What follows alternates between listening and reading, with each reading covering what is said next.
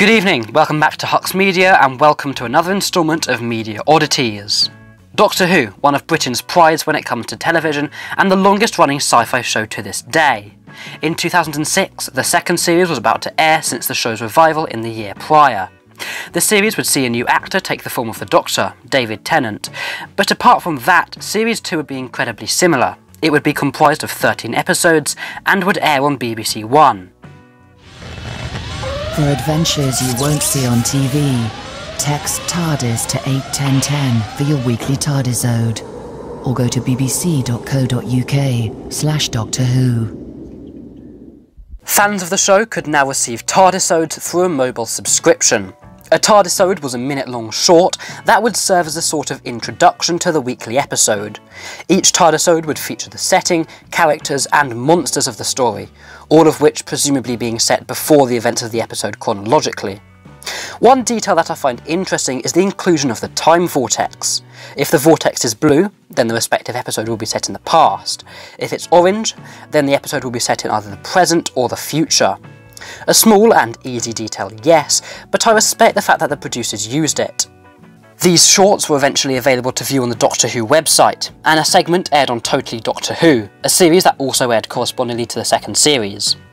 Despite all this promotion, however, downloads were shockingly low on mobile. Now let's go over a brief summary of each Tardisode. Here we see some sort of advertisement for New Earth, and we get a look inside the hospital that's featured in the episode. A woman is cured of a terminal illness, one of the cat nuns turns to the camera, and we can hear some screaming. An asteroid is shown crashing down to Earth, then we skip 300 years to see a farmer being chased by some creature. It's then revealed to be the werewolf. We see Mickey researching something about alien activity before warning Rose about something. We then get a Krillitane jump scare, then it comes to an end. Some crew aboard a spaceship witness a big explosion outside their window. Everything goes all red and the sound of sirens can be heard before cutting to a shot of the crew dying on the floor. One of the members is being cornered by what we can presume is one of the clockwork droids. We then cut to a broken clock, then zoom out to see the full fireplace. We see a mission sent out by Gemini informing whoever receives the message about John Lumick. We see some information about Cybus Industries and then some shots of Cybermen. The person watching is revealed to be Ricky Smith before he drives off in a van. Now a whole map of the world is presented showing all cyber conversion productions. Then proceeds a graphic of normal human flesh being transformed into Cyberman before a series of shots of a full army. An old woman sits in front of a new television set and is then attacked by the wire. We then learn that this is happening at the same time as Queen Elizabeth II's coronation in 1953. A captain is talking to a woman about a planet orbiting inside a black hole. We see a book with many ancient symbols inside before the captain is sent off to discover. They are accompanied by an Ood.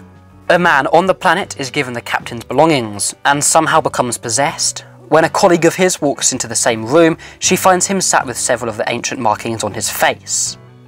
We see Victor Kennedy researching the Linda organisation, and more specifically the Doctor. An assistant walks in with a tray of tea before she presumably gets, absorbed. A presenter on a fictional show named Crime Crackers is investigating the disappearance of two children. The clip then cuts to the wardrobe monster that is seen in the episode. A man offers a story to a reporter about the history of Torchwood, explaining how he gained the knowledge and how he pieced it all together. He is then taken away and the story is replaced by a cover-up about exam results.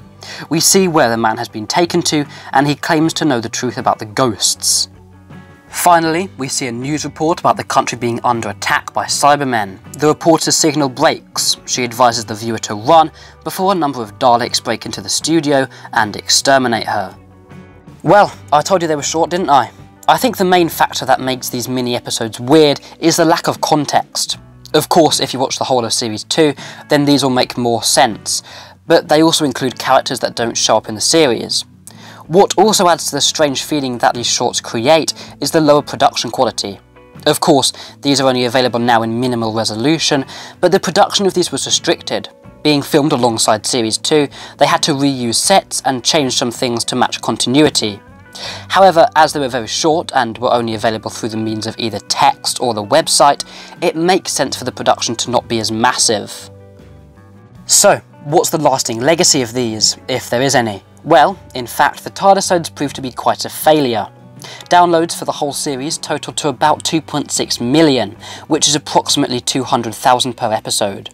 The Tardisodes were not continued for future seasons, and were not included on the DVD release for Season 2. It seems that these were, in a way, forgotten, although they do still exist through many uploads on YouTube. No matter how they're remembered, it's clear that the Tardisodes will go down in history as media oddities. And that's all for tonight. I hope you tune in this time next week for more programming just like this. As always, I've been Hux Media, wishing you all a very good night. Good night.